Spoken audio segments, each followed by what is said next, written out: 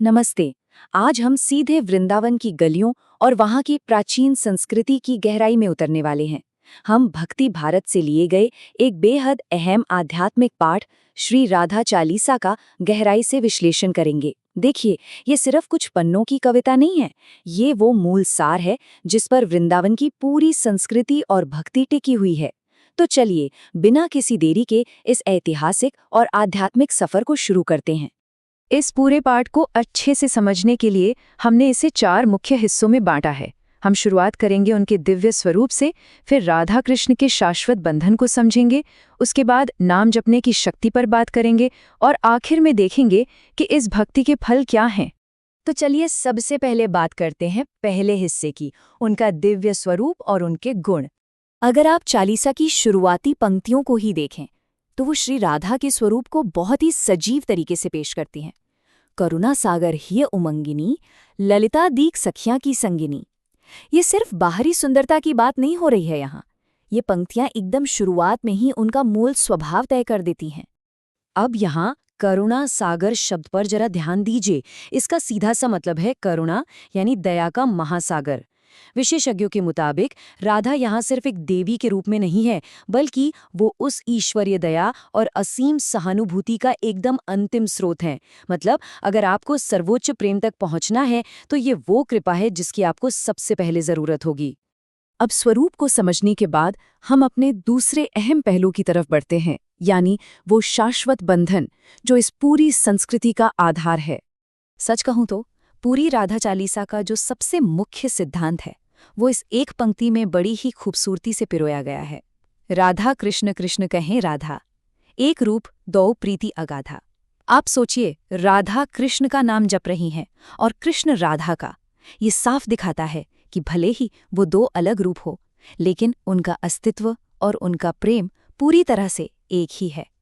यहाँ जो अगाध शब्द इस्तेमाल हुआ है वो सच में कमाल का है। अगाध का मतलब है कुछ ऐसा जिसकी कोई गहराई नाप ही न सके, बिल्कुल अथाह। वृंदावन के पूरे धर्मशास्त्र को अगर समझना है तो कुंजी इसी अगाध प्रेम में ही छिपी है। इसे आप शब्दों में नहीं बांध सकते, इसे बस महसूस किया जा सकता है। और दिलचस्प बात यह है कि ये पाठ उनकी सांसारिक पृष्ठभूमियों की भी बहुत शानदार तरीके से तुलना करता है।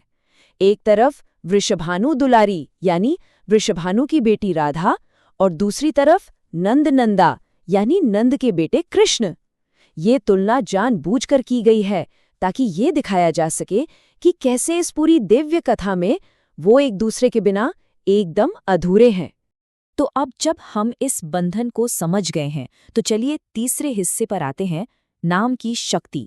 यहाँ पाठ भक्तों को एकदम स्पष्ट निर्देश देता है। ये सच में पूरी चालीसा का सबसे शक्तिशाली और कह सकते हैं चौंकाने वाला दावा है। कोटिन यज्ञ तपस्या करो, तौ न श्याम भक्त ही अपनावे, जब लगी राधा नाम न गावे। मतलब साफ है, आप करोड़ों यज्ञ कर लें, कठोर से कठोर तपस्या कर लें, सब बेकार है। कृष्ण तब तक किसी को नहीं अपनाते जब तक वो राधा का नाम नहीं गाता।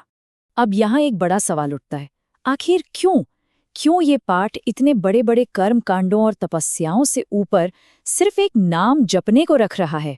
खैर, यही तो इस परंपरा का सबसे खूबसूरत आध्यात्मिक मोड़ है। ये आपको बताता है कि नियम कानूनों से ज्यादा अहमियत शुद्ध प्रेम की है।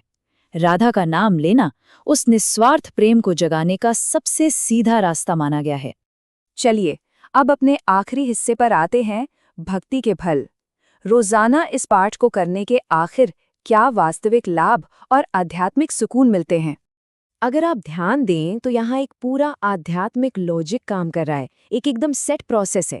सबसे पहले राधा के नाम का निरंतर जप, इसके बाद क्या होगा? आपको उनकी दिव्य कृपा मिलेगी, और इसका अंतिम परिणाम सहज ही दामोदर बस होई, यानी कृष्ण अपने आप बड़ी आसानी से प्रसन्न हो जाएंगी। कृष्ण तक पहुंचना कोई अलग काम नहीं है, ये बस राधा की भक्ति का एक स्वाभाविक नतीजा है। ये छंद इसके फायदों को बहुत स्पष्ट रूप से बताते हैं। ये भव बाधा यानी आपकी सांसारिक रुकावटों को खत्म करता है, दुखों को दूर करता है, और सबसे बड़ी बात, ये यदुराज यानी कृष्ण की कृपा को अपनी तरफ खींचता है।